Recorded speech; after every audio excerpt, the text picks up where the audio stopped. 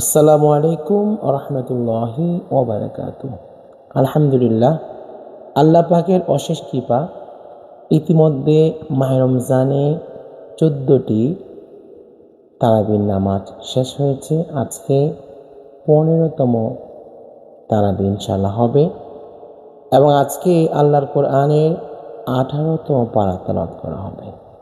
আজকে সূরা মুমিনুন তেলাওয়াত করা হবে এবং সূরা নূর তেলাওয়াত করা হবে। সূরা মুমিনুনের মধ্যে মুমিনের বৈশিষ্ট্য কি হবে আল্লাহ পাক আলোচনা করেছেন। কদ আফলাহাল মুমিনুন, মুমিনগণ সফল কাম, মুমিনগণ বিজয়ী। মুমিন কারা? আল্লাযীনা হুম ফি সালাতিহিম খাশিউন, যারা তাদের নামাজের মধ্যে থাকে ভীত সন্তুষ্ট, যে আল্লাহর সামনে কাআন্নাকা তারাহু ফাইন লাম তাকুন তারাহু ফাইন্নাহু ইয়ারাকা। নামাজ তেমন পড়তে হবে তুমি আল্লাহকে দেখতে পাচ্ছ, আল্লাহ তোমাকে দেখতে পাচ্ছে। আল্লাহকে দেখতে না পাও তাহলে বিশ্বাস করতে হবে যে আল্লাহ তোমাকে দেখতে পাচ্ছে। মুমিনের বৈশিষ্ট্য। এবং বৈশিষ্ট্য আর কি হবে? আল্লাযীনা হুম আনিল লাগওয়ি মুরিদুন, যারা বেহুদা কথা থেকে মুখ সরিয়ে রাখবে, ফালতু কথার মধ্যে তারা নিমজ্জিত হবে না। আল্লাযীনা হুম লিযাকাতি ফাইলুন, যারা জাকাতের ব্যাপারে হবে কার্যকর, অর্থাৎ জাকাত আদায় করবে। আল্লাযীনা হুম লিফুরুজিহিম হাফিজুন, যারা তাদের লজ্জাস্থানকে হেফাজত করবে।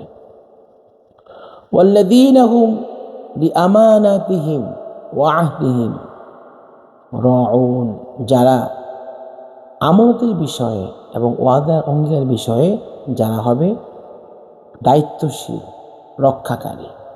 ওয়াল্লাযীনা হুম আলা সালাওয়াতিহিম ইউহাফিজুন, যারা তাদের নামাজের ব্যাপারে হবে হেফাজতকারী, নামাজ হেফাজত করবে, ঠিকমতো আদায় করবে।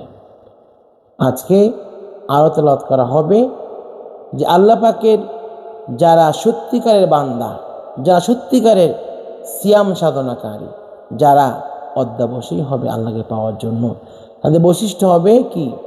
ইন্নাহু কানা ফারিকুম মিন ইবাদি, আল্লাহ বলে আমার বান্দাদের মধ্যে একটা দল আছে। তারা কারা? ইয়াকুলুনা, যারা বলে রব্বানা আমান্না, ও আল্লাহ আমরা আপনার প্রতি ঈমান এনেছি, আমরা ঈমান আনয়ন করেছি পরকালের প্রতি, আপনার নবীদের প্রতি, কিতাবের প্রতি, এরকম যা বিশ্বাস আবশ্যক সব কিছুর প্রতি। ফাগফির লানা, আল্লাহ আমাদের গুনাহ হয়ে গেছে, ভুল হয়ে গেছে, আপনি মাফ করে দেন। ওয়ারহামনা, আমাদেরকে রহম করেন। ওয়া আনতা খায়রুর রাহিমিন, কারণ আপনি সবচেয়ে বেশি রহমত করনেওয়ালা। এই জন্য মাহে রমজান মাসে আল্লাহর কাছে ক্ষমা চাইতে হবে। ক্ষমা চাওয়ার মাস মাহে রমজান মাস। এবং আজকে তেলাওয়াত করা হবে আম্মাজান আয়েশাকে রাদিয়াল্লাহু আনহা অপবাদ দেওয়া হয়েছিল সাফওয়ানের সাথে রাদিয়াল্লাহু তাআলা আনহু, সাহাবী। তাফসীরের মধ্যে আসছে যে বনু মুস্তালিকার যুদ্ধে যখন কার্যক্রম শেষ করে নদী ফিরতেছিলেন, সাথে আম্মাজান আয়েশা ছিলেন।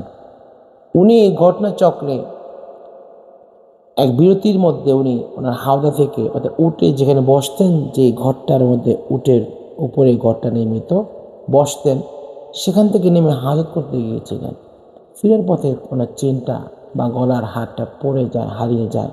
ওটা খুঁজতে গিয়ে দেরি হয়ে যায়। এদিকে যিনি ছিলেন দায়িত্বশীল উটের, সে মনে করেছে উনি ভিতরে বসে আছে, উট নিয়ে চলে গেছে। হাওদা খালি ছিল, আম্মাজান আয়েশা রয়ে গেছেন এবং যেখান থেকে উনি হারিয়েছেন সেখানে বসে রইলেন। নবীজি সিস্টেম ছিল কোনো সফরে, যে সফর যেখানে পৌঁছাতে হবে সবার লাস্টে সাহাবী আসবে, তার কাজ হবে এই রাস্তা যা পড়ে গেল, হারিয়ে গেল, সে খুঁজে নিয়ে আসবে। সেই দায়িত্বে ছিলেন সাফওয়ান রাদিয়াল্লাহু আনহু। উনি আমাদের আয়েশাকে পেয়েছেন এবং উনি ওনার উটের মধ্যে বসিয়ে 100% সতর্কতার সাথে, পর্দার সাথে ওনাকে নিয়ে এসছেন সোনার মদিনায়। কিন্তু কাফেররা এটাকে রটিয়ে দিল, মুনাফিকরা রটিয়ে দিল, এটা মন্দ কথা, তাকে অপবাদ দেওয়া হলো। আল্লাহ পাক বলেছেন ইন্নাল্লাযীনা জাউ বিল ইফকি উসবাতুম মিনকুম, যে যারা অপবাদ দিল এরা তোমাদের একটা দল, তোমাদের পক্ষ থেকে লোক ছিল, কিন্তু কোনো কথা শুনলেই সেটাকে যাতা করে প্রচার করা হবে, ইসলামটা সাপোর্ট করে না।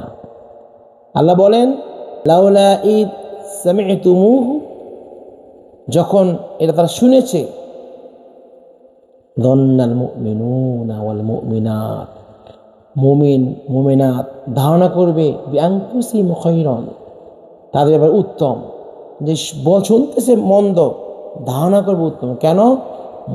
যন্নুল মুমিনি খায়রুন, মুমিন ধারণা উত্তম হবে সবসময়। কলু, তারা বলবে হাদা ইফকুম মুবিন, এটা প্রকাশ্য অপবাদ, এটা প্রকাশ্য অপবাদ। লাউলা জাউ আলাইহি বিআরবাআতি শুহাদা,